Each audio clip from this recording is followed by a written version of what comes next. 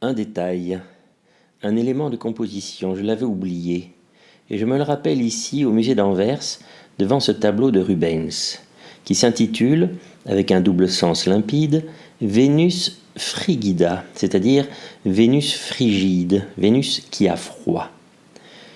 Début XVIIe siècle. Décrivons d'abord une femme accroupie et se désespérant d'un profond ennui, un petit enfant cherchant à se protéger du froid ou du vent ou de l'intempérie, mais mal équipé, le moins qu'on puisse dire. Le lieu est vaste et solitaire, très riche en vers de toutes sortes. Vers nénuphar, malachite, pistache, vers véronèse, vers bouteille. Paysage d'où surgit une créature mythologique sur pattes de bouc, porteuse d'une corne d'abondance. Une remarque. Contrairement au petit Cupidon, Vénus a l'air de très bien savoir qu'aucune couverture ne remédie au type de froid dont elle souffre. D'ailleurs, son manteau rouge gît là sous elle, inutile. Rouge en plus, comme une tache de sang. Derrière elle, la souche d'un tronc cassé et desséché, qui n'est pas là par hasard, pourrait aussi symboliser quelque chose, un manque dont ne serait pas affligé le satyre qui arrive avec sa corne abondante. Tout cela est thématiquement riche et bien ficelé de la psychologie physique. Chez Rubens, on ne sépare jamais l'âme et le corps. C'est même pour cela qu'il a tant créé. Mais ce qui m'intéresse, c'est un détail. Le cartel à côté du tableau sur le mur du musée nous explique que Rubens joue ici avec un proverbe antique affirmant que Vénus, sans Cérès ou Bacchus, a froid. Cérès, déesse des moissons, de l'abondance, Bacchus, dieu de l'ivresse, bien sûr, mais aussi de la régénération. C'est Bacchus ici qui vient au secours de Vénus. Une version XXIe siècle de ce titre serait nécessairement No wine, no party. Ce qui m'intéresse, dis-je encore, c'est ce détail, que Vénus n'a pas remarqué le satyre. Elle ne s'est pas encore avisée de l'arrivée, surprise en fait, de Bacchus. Bonne nouvelle pourtant, son froid touche à sa fin, Dionysos est là. Nous le voyons, elle pas encore. Le peintre a choisi cet instant-là pour son tableau. Voilà le point. Il a représenté une surprise. Cet instant précis du temps où l'événement important est déjà là mais pas encore remarqué. Attention parce que ceci est très profond. La réponse est déjà là mais la question ne le sait pas encore. L'angoisse espère ou désespère alors que le soulagement, la libération sont là et vont lui apparaître juste après. Il suffira qu'elle tourne la tête, ou même pas. Il suffira d'un rien de temps et de son doigt, le dieu touchera l'épaule de Vénus, et nous verrons son visage soucieux se transformer, son regard s'éclairer, elle se redressera, elle poussera un cri de surprise. Et il n'est pas impossible, en observant avec ses idées dans la tête l'angelot, c'est-à-dire Cupidon, Eros, de trouver qu'il a été peint dans l'attitude de quelqu'un qui vient d'entendre un bruit et qui, avant de se retourner, est tout tendu dans l'ouïe. Expectation maximale. Le choix de ce moment par le peintre, c'est du baroque pur jus. L'essence du baroque. La surprise ou, ailleurs, la fatalité, l'inéluctable, le déjà en route, déjà en marche, bien qu'inaperçu. Le sujet essentiel ici, en fin de compte, c'est le temps. Ces tableaux sont des chronographies.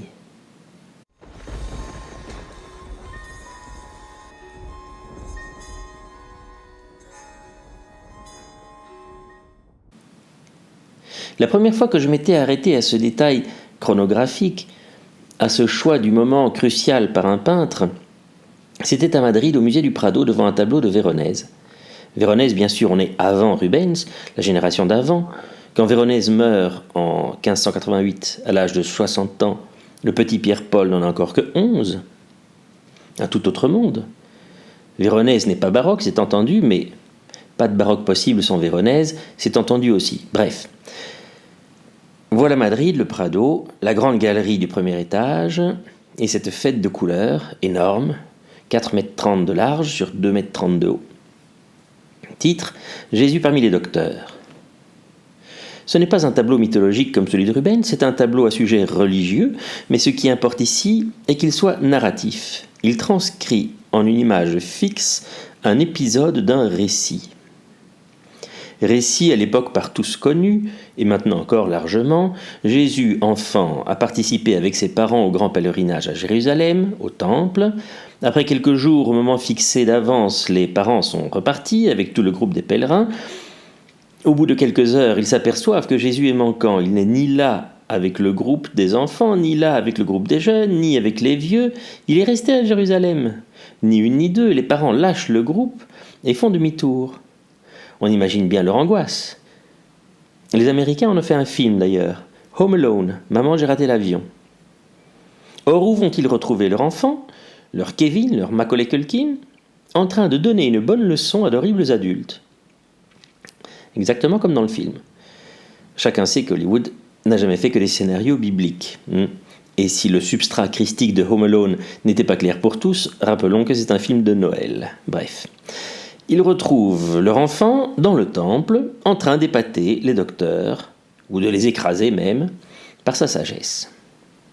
Bon, maintenant, pour représenter ce récit, quel moment Véronèse choisit-il ?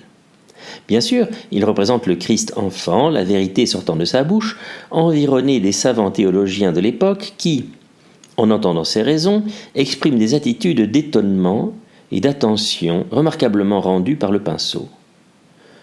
Sous cet aspect, Véronèse est comparable ici au Léonard de la dernière scène, attaché à représenter sur chaque visage de chaque disciple une impression psychologique unique et différente. Quelle géniale psychologie en effet pour traduire par le dessin les mouvements de l'esprit. Celui-ci, le bleu nuit, s'étonne et songe qu'il n'avait jamais pensé à quelque chose pareil. Celui-ci, le jaune or, jouit d'un vertige et sait qu'il assiste à une chose exceptionnelle. Celui-là, au visage rose et mou, est dépassé depuis longtemps mais continue d'écouter. Celui-là, au front ceint d'un talit, vérifie les dires un peu superficiellement sur un papier qu'on ne voit pas. Celui-ci, rose, froid, est glacé et glaçant. Celui-ci retourne au texte et y voit ce qu'il n'y avait jamais vu. Cet autre, roux, a du mal à penser seul et cherche un appui, quelqu'un qui lui dirait si c'est juste ou si c'est faux. À l'autre bout, cet orange, un tantinet ventripotent, vient de formuler à haute voix sa raison contraire et offusquée, mais le petit bonhomme tout clair au centre lui a donné sa réponse avec une candeur vraiment délicieuse et divine, désarmant d'avance le très bel homme barbu se tenant derrière, au profil affûté comme une lame, qui hésite maintenant à lui lancer la citation pourtant toute prête du grand livre ouvert sous lui, qui lui avait paru un instant accablante et capable de clore le débat.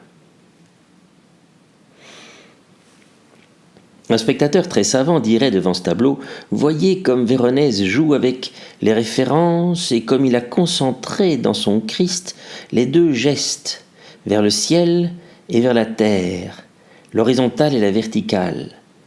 Que font Aristote et Platon avec leurs bras dans la célèbre fresque de Raphaël au Vatican, symbolisant l'union de la science d'en haut et de celle d'ici. Et on ne lui donnera pas tort. Un spectateur attentif à l'insolite pointerait assurément les deux visages qui nous regardent et nous demande à nous aussi quelle est notre réaction. Et on trouverait fort amusant celui qui passe par entre les jambes de Jésus. Un troisième éminent docteur ajouterait que le doux visage imberbe qui s'offre à nous là, sous le turban vert, est le type même des autoportraits que les peintres aiment à glisser dans les compositions chorales de ce genre, et que la jeunesse de cette bouille presque encore adolescente prouve que la date, astucieusement indiquée sur la tranche d'un gros livre à l'avant-plan, là, 1548, est bien celle de la création du tableau, date tellement contestée par les historiens de l'art, puisqu'il n'est pas possible, selon eux, qu'un peintre de 20 ans seulement, autant dire un enfant, ait montré une telle maîtrise de l'art et une telle sagesse. Quant à moi, le détail qui m'intéresse et qui m'avait frappé à l'époque où j'ai vu le tableau pour la première fois J'habitais à Madrid, j'allais au Prado très souvent, muni d'un abonnement qui coupait les fils. C'était l'époque où j'écrivais mon premier roman et j'étais particulièrement sensible aux questions et techniques narratives. C'est l'éruption des parents au fond. Et l'on pourrait presque croire que, dans la composition, la tête entre les jambes est là pour attirer notre attention, conduire notre œil vers ce qui se passe à l'arrière, à savoir Marie et Joseph, en tout petit, qui ont fait leur entrée.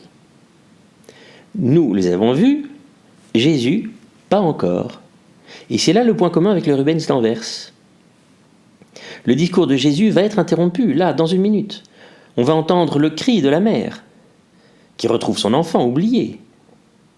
Kevin.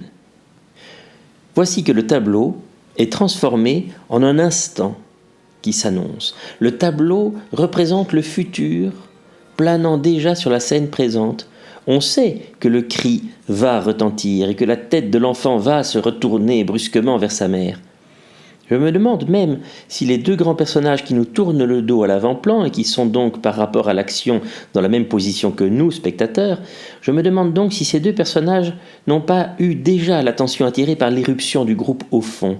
Ils ont déjà arrêté d'écouter Jésus et ils sont dans l'expectative car quelque chose arrive, quelque chose va se produire.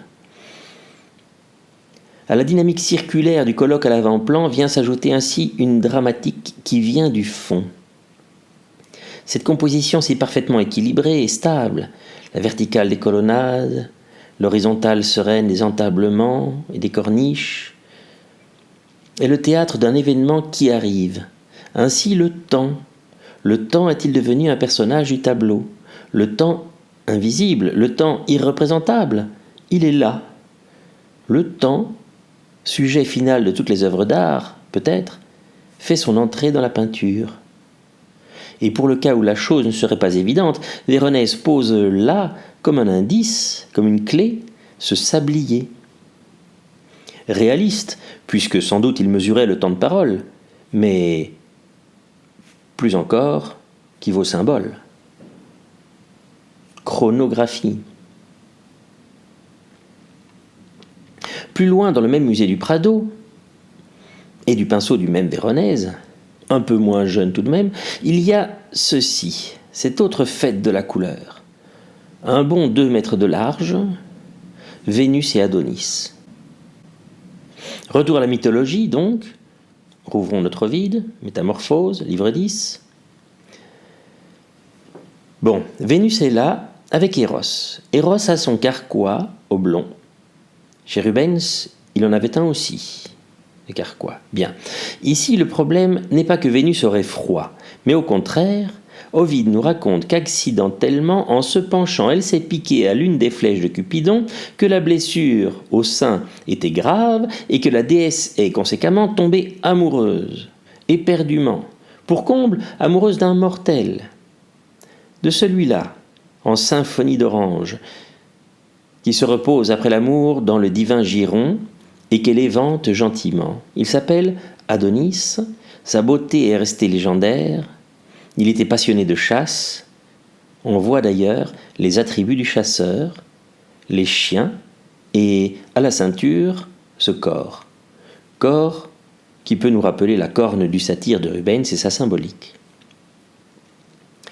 Beauté textile au passage, la soie de la tunique d'Adonis, le foulard vert semblable au talit vu sur le tableau précédent, l'imprimé mauve et or sur les cuisses divines, la bandoulière vert véronèse, barrant le corps de Cupidon et le collier orange du chien qui rêve comme son maître.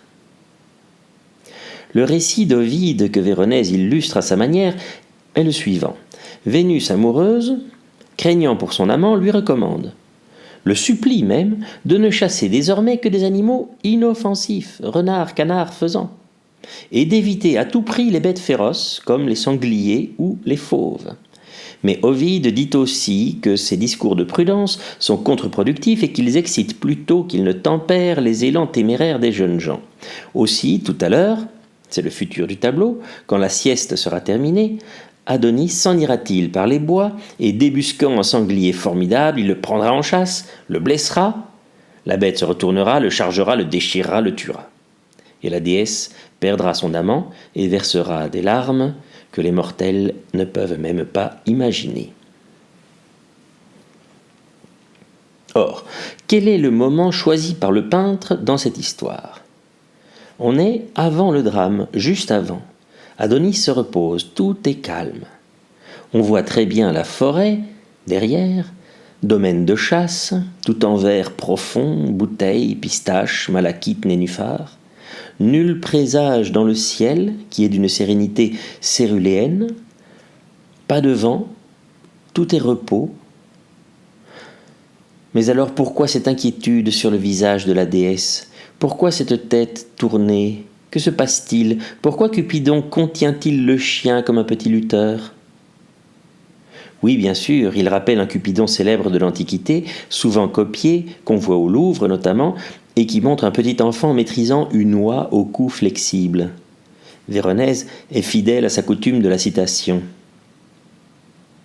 Mais que vient-il de se passer que Vénus, Cupidon et le chien alerte ont senti, et que les deux rêveurs, Adonis et le chien couché, n'ont pas encore aperçu ? Voici du Véronèse pur. Il a choisi le moment extrêmement précis où le chien de gauche a aboyé. Dans moins d'un quart de seconde, Adonis ouvrira la paupière. On est dans l'infime partie de seconde entre l'aboiement et le réveil réflexe. Divin, Vénus et Cupidon ont déjà réagi. Vénus comprenant et Cupidon intimant au chien l'ordre de se taire. Comme si c'était possible, comme si l'avenir déjà écrit pouvait ne pas arriver. Déesse, Vénus voit tout, sait d'avance. Le chien a aboyé parce qu'il a flairé quelque chose.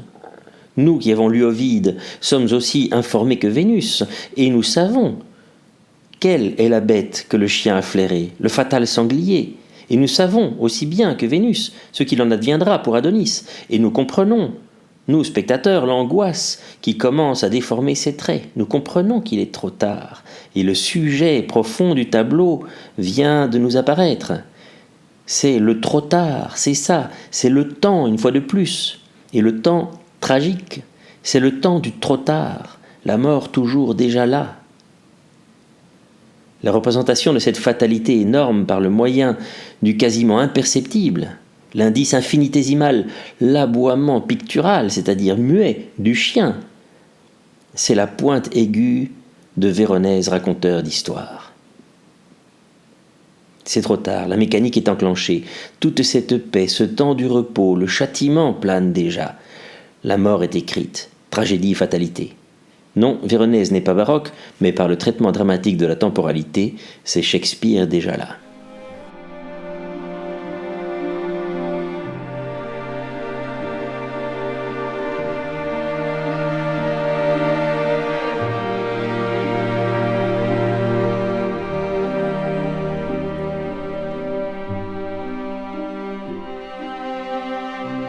Pour terminer, un tableau synégétique encore, ou plutôt deux, car il existe en deux versions.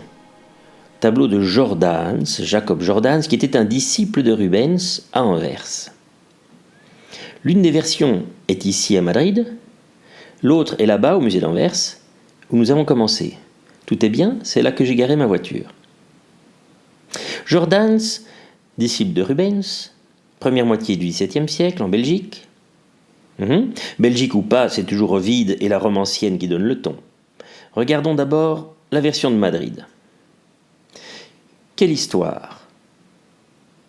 Amour, chasse, tragédie, des chiens, un sanglier énorme, 2 mètres d'huile sur toile, une foultitude de personnages, dans un mouvement endiablé, énergie baroque dès la surface pour le coup. Mais en profondeur, c'est toujours la question du temps qui m'intéresse et que je cherche. Or la voilà. D'abord en 2 mots, l'histoire. Ovide, les métamorphoses. Un sanglier meurtrier ravage le royaume d'Arcadie au cœur du Péloponnèse. Le prince local Méléagre, ici torse nu et aux cheveux soyeux, a organisé une chasse et convoqué tout ce que la Grèce compte de héros. Toute l'aristocratie, un peu comme dans les chasses nobles aujourd'hui, est rassemblée. Méléagre a invité également une outsider, Atalante, jeune femme, qui est la première des chasseresses et que les hommes auraient plutôt tendance à jalouser. La chasse commence, les rabatteurs affolent la bête qui sort de son refuge, elle surgit, tout le monde la vise, une seule la touche, et c'est Atalante. Elle a touché le sanglier de sa flèche certaine. Mais la bête n'est qu'affaiblie, pas morte. Et un oncle de Méléagre, un de ces barbus là, a la chance de décocher le coup mortel. Tout comme aujourd'hui encore, le trophée de l'animal abattu est accordé au premier qui l'a atteint, même si un autre l'a tué en fin de compte. Il est donc légitime que Méléagre offre la hure énorme à la belle Atalante. Décision que les hommes vieux et envieux contestent. Ils reprennent la hure, se l'attribuent et défient leur gringalet de neveux, tout prince et fils de roi qu'ils soient. Bon, même les chiens n'ont pas l'air d'accord. Que se passe-t-il alors? La colère prend possession de Méléagre. Atalante, que j'ai toujours bien aimée parce que dans cette version de Madrid, elle ressemble un peu à des photos de ma grand-mère quand elle était jeune, incite Méléagre au calme et pose sa main là pour le retenir. Manifestement, elle renonce volontiers à l'honneur de la hure. Ce sanglier a été cause déjà d'assez de malheurs. Maintenant qu'il est vaincu, arrêtons-nous. Mais la jeunesse est téméraire et Ovide nous raconte, comme le prince, somme ses oncles de rendre le trophée à Atalante, qu'il aime, comme il les menace, et parce qu'il se rit de lui, comme il tire l'épée et les tue tous les trois. Consternation. C'étaient les frères de la reine, sa maman. La maman, aveuglée de fureur, on est en Grèce, fait mettre son fils à mort. Il n'y a plus ordre ni héritier en Arcadie, et le royaume s'enfonce bientôt dans un chaos dont il ne se relèvera pas, jamais. Or, que peint Jordanes? Quel moment de l'histoire choisit-il? Celui que Véronèse et Rubens auraient choisi aussi. Celui qui transforme le tableau en un instant qui contient invisiblement tout l'avenir. La main sur la poignée. Le moment où rien encore ne s'est passé, mais où c'est déjà trop tard. Dans cette main-là, il y a déjà la mort des trois vieillards, la furie de la reine-mère, et la ruine de tout le royaume d'Arcadie. La fin d'un monde.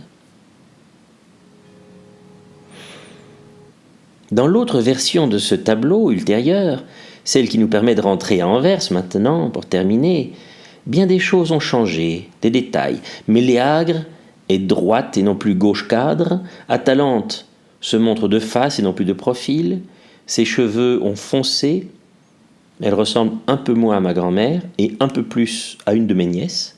On reste en Flandre, tout va bien. Le point de contact entre Atalante et Méléagre n'est plus la main sur la main, mais l'épaule contre l'épaule, passant de la douceur à la force. Les deux personnages ont perdu d'ailleurs quelque chose d'aristocratique qu'ils avaient et gagné quelque chose de plébéien, comme Jordanes les aimait. Et l'on sent que Jordanes a pris ses distances avec Rubens. Il a quitté l'atelier du maître. La hure, quant à elle, est encore aux mains d'Atalante, et Atalante n'a plus cet air conciliant qu'elle avait dans la version précédente. Elle a l'air de vouloir la garder cette fois, la hure. Le carquois est mieux disposé, désormais, pour symboliser discrètement la flèche d'amour qui existe entre les deux personnages.